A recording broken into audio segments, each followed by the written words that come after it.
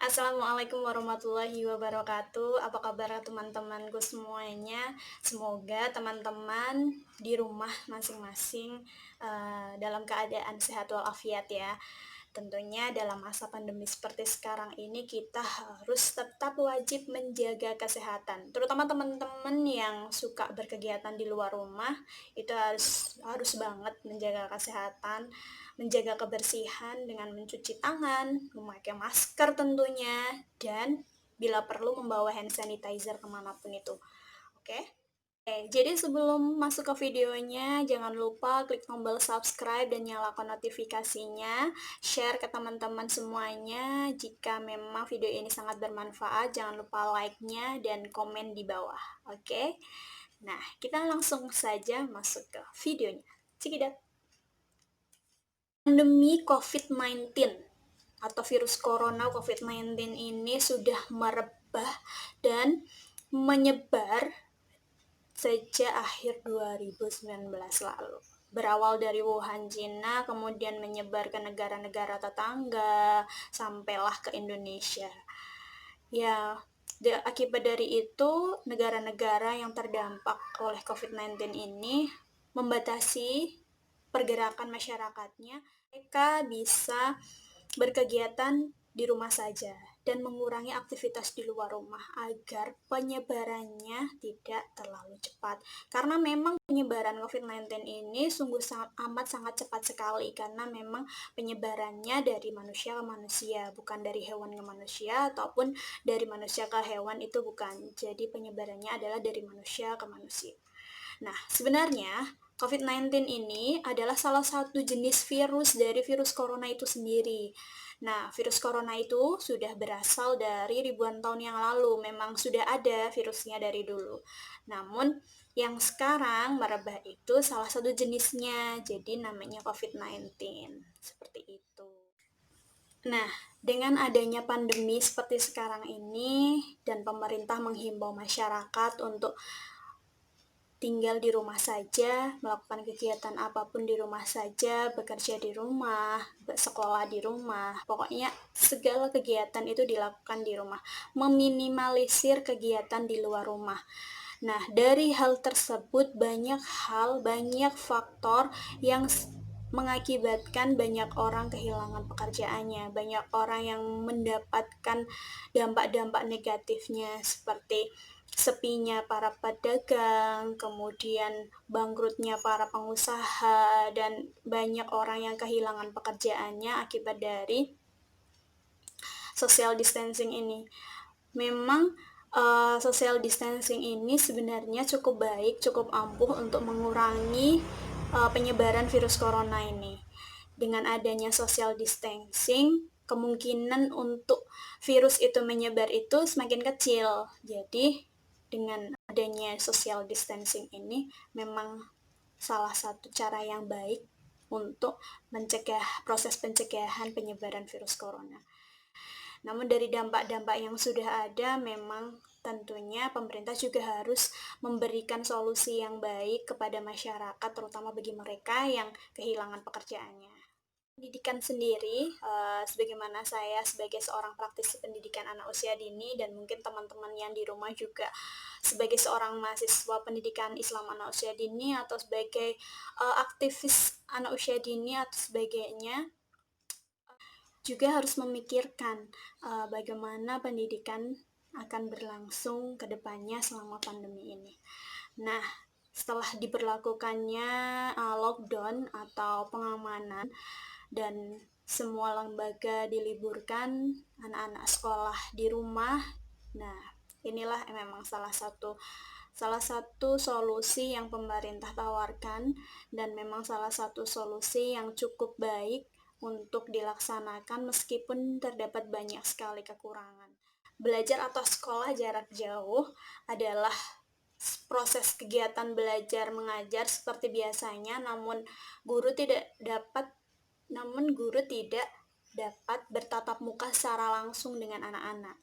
Anak-anak bisa belajar di rumah dan guru bisa mengirimkan materi belajarnya, bisa memberikan arahan-arahan untuk kedua orang tuanya bagaimana cara mendidik anak di rumah dan materi-materi apa saja yang perlu dikerjakan dan perlu dicapai ketika belajar di rumah.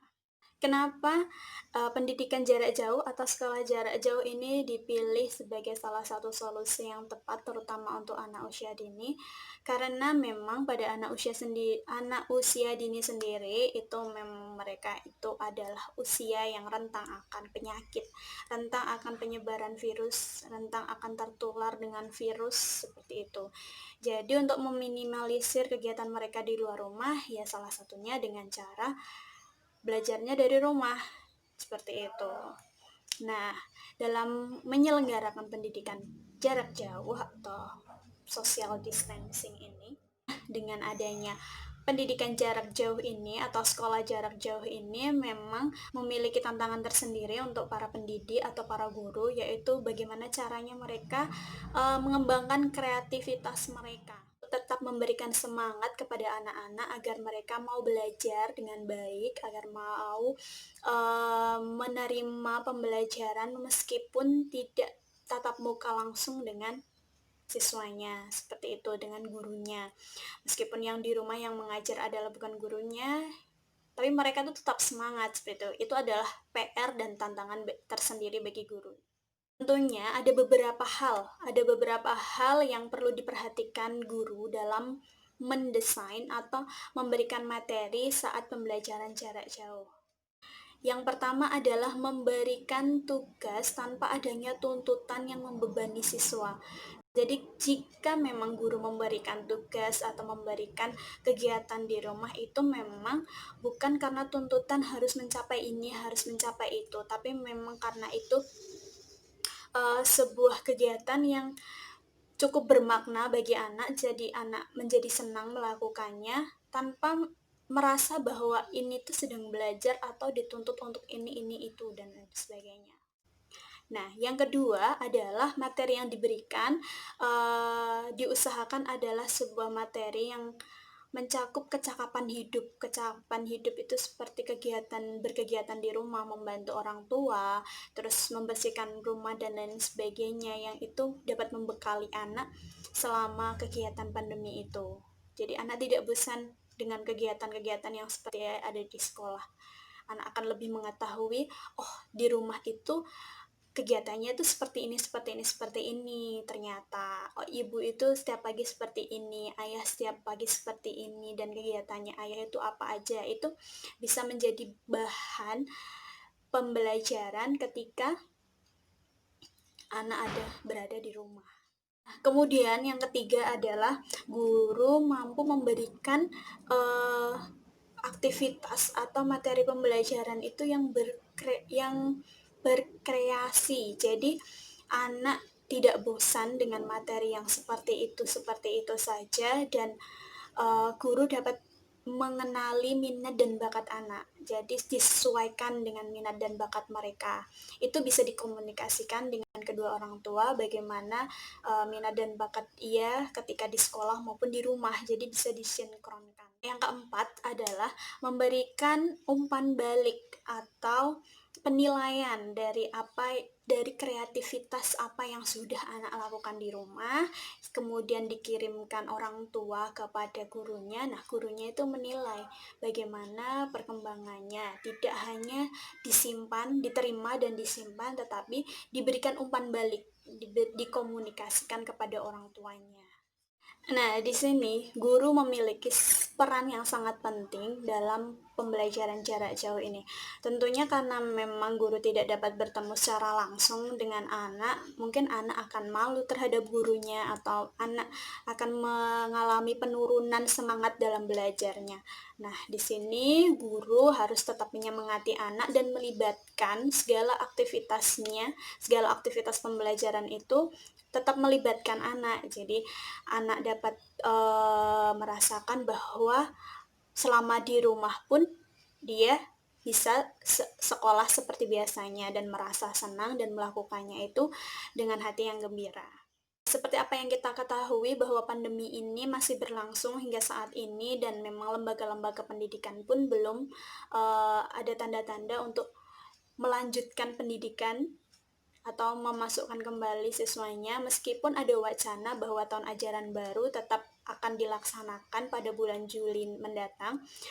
Namun belum ada yang bisa memastikan apakah memang pada bulan Juli itu siswa bisa masuk sekolah seperti biasanya ataukah belum.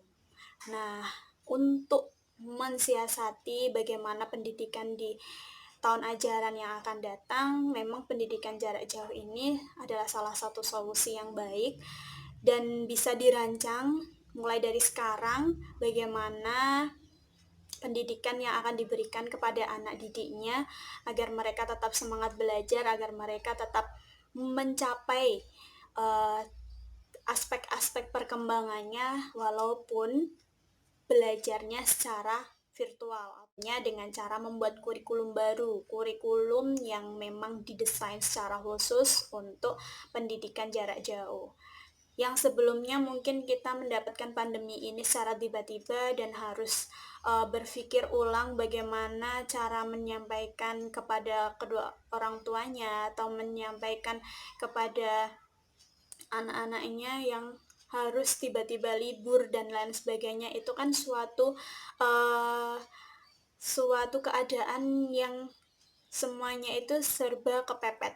Nah, lah untuk tahun ajaran yang akan datang, kita bisa mendesainnya secara baik, bagaimana pembelajaran yang akan berlangsung, bagaimana kurikulum yang akan diberlakukan, sehingga harapannya adalah bahwa pendidikan yang akan berlangsung dapat berjalan lebih baik daripada sebelumnya yang memang tidak terencana sebelumnya. Pendidik hanya bisa memberikan panduan, memberikan arahan kepada orang tua agar mereka dapat memberikan materi-materi yang mungkin sudah para pendidik bagikan kepada orang tua. Ada beberapa hal, kiat-kiat agar guru dapat mendapatkan dukungan penuh dari orang tua. Pertama adalah mengetahui kemampuan para orang tua. Jadi kita sebagai guru tidak memberikan tugas di luar kemampuan mereka sehingga tidak dianggap sebagai tugas yang membebani mereka pula. Kadang orang tua banyak yang berpikir bahwa anaknya mendapat tugas dari sekolah dan itu malah menjadi beban orang tuanya untuk mengajarkan anaknya karena itu dinilai di luar kemampuan dari orang tuanya, seperti itu. Yang kedua adalah mampu menyampaikan bagaimana hasil belajarnya yang harus dicapai itu apa, terus panduan pendidikannya itu seperti apa, dan kemudian alat dan bahan apa saja yang harus disediakan itu harus dijelaskan secara jelas dan mendetail kepada orang tua agar mereka itu juga paham, oh ternyata seperti ini, dan seperti ini. Bukan hanya memberikan informasi belaka kepada mereka dan mereka tidak memahami apa yang informasi yang disampaikan oleh gurunya. Menggunakan pola komunikasi yang baik dan memberikan umpan balik yang baik pula kepada orang tua. Jadi bisa menyepakati, bisa membuat kesepakatan antara guru dan orang tua bagaimana dan kapan akan melaporkan hasil belajarnya anak, dan mungkin kita memberikan umpan balik yang baik terhadap hasil karya anak tersebut.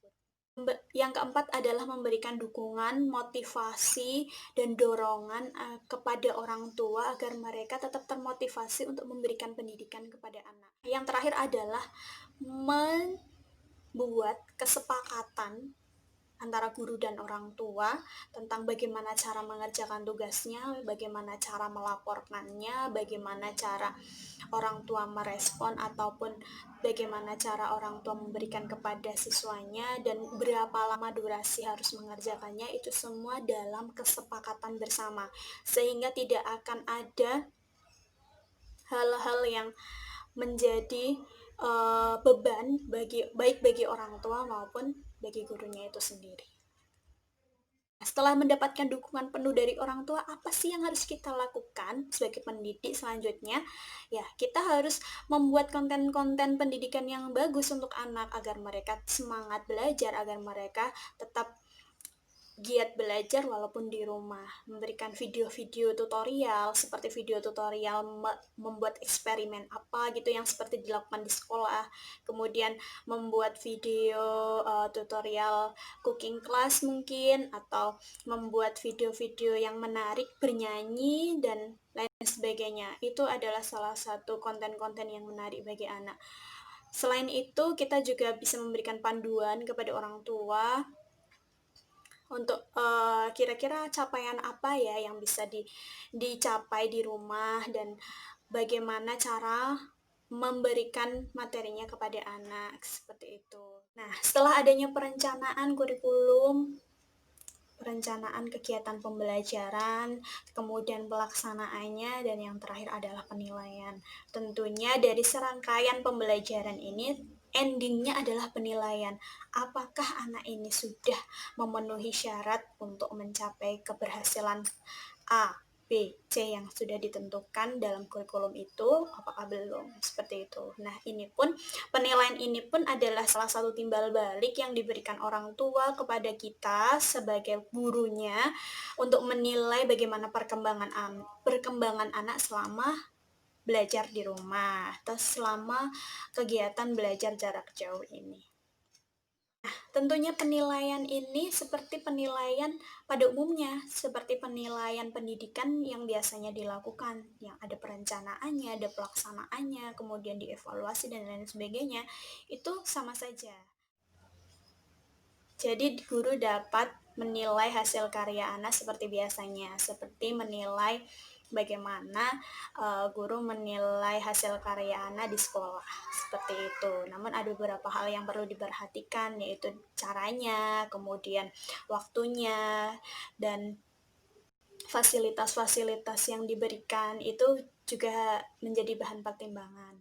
Penilaian yang sudah diberikan oleh guru kepada anaknya dari hasil karya yang sudah diberikan oleh orang tuanya, itu bisa dijadikan bahan evaluasi guru dalam memberikan materi selanjutnya.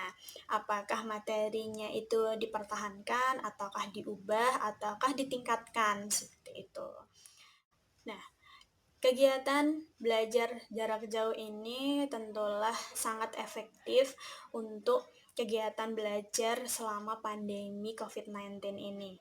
Kegiatan belajar jarak jauh dapat dilaksanakan selama pandemi ini dengan memperhatikan protokol kesehatan tentunya. Jangan lupa untuk selalu cuci tangan, memakai masker, dan menjaga jarak antar orang ketika di luar rumah. Nah, sekianlah materi yang bisa saya sampaikan teman-teman. Syukur alhamdulillah jika memang materi ini bisa menginspirasi teman-teman semuanya.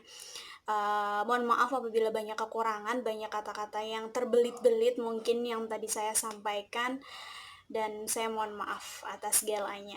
Oke, tetap semangat bagi para pejuang pendidikan anak usia dini, entah itu bagi mahasiswa pendidikan anak usia dini, bagi praktisi dan guru-guru semuanya pejuang anak usia dini. Tetap semangat karena masa depan mereka ada di tangan kita. Oke, wassalamualaikum warahmatullahi wabarakatuh.